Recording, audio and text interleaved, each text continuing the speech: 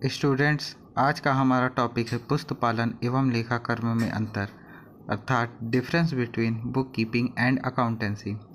तो पुस्तपालन एवं लेखाकर्म में यह अंतर है कि पुस्तपालन में होने वाले सौदों का लेखा क्रमवार एवं तिथिवार दैनिक रूप से किया जाता है, जबकि लेखाकर्म में एक निश्चित अवधि के अंत में ही सौदों का लेखा किया जाता है।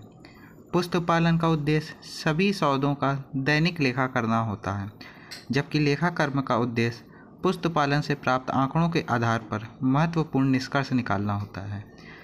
पुस्तपालन के कार्य की अवधि दैनिक होती है, जबकि लेखाकर्म की कार्य की अवधि एक वित्तीय वर्ष की होती है।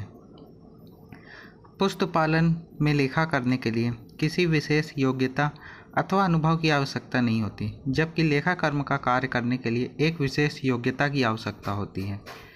पुस्तपालन एक स्वतंत्र प्रक्रिया है, यह किसी अन्य प्रक्रिया पर निर्भर नहीं करती, जबकि लेखाकर्म की प्रक्रिया पुस्तपालन की प्रक्रिया पर निर्भर करती है। पुस्तपालन का क्षेत्र संकुचित होता है, जबकि लेखाकर्म का क्षेत्र अपेक्षाकृत विस्तृत होता है।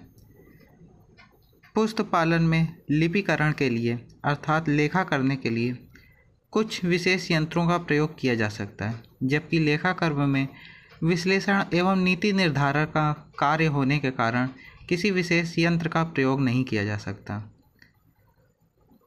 पुस्तपालन में बहियों में लेखे किए जा सकते हैं, लेकिन उनके आधार पर निष्कर्ष नहीं निकाले जा सकते, जबकि लेखाकर्म में पुस्तपालन से प्राप्त सूचनाओं के आधार पर महत्वपूर्ण निष्कर्ष निकाले जाते हैं।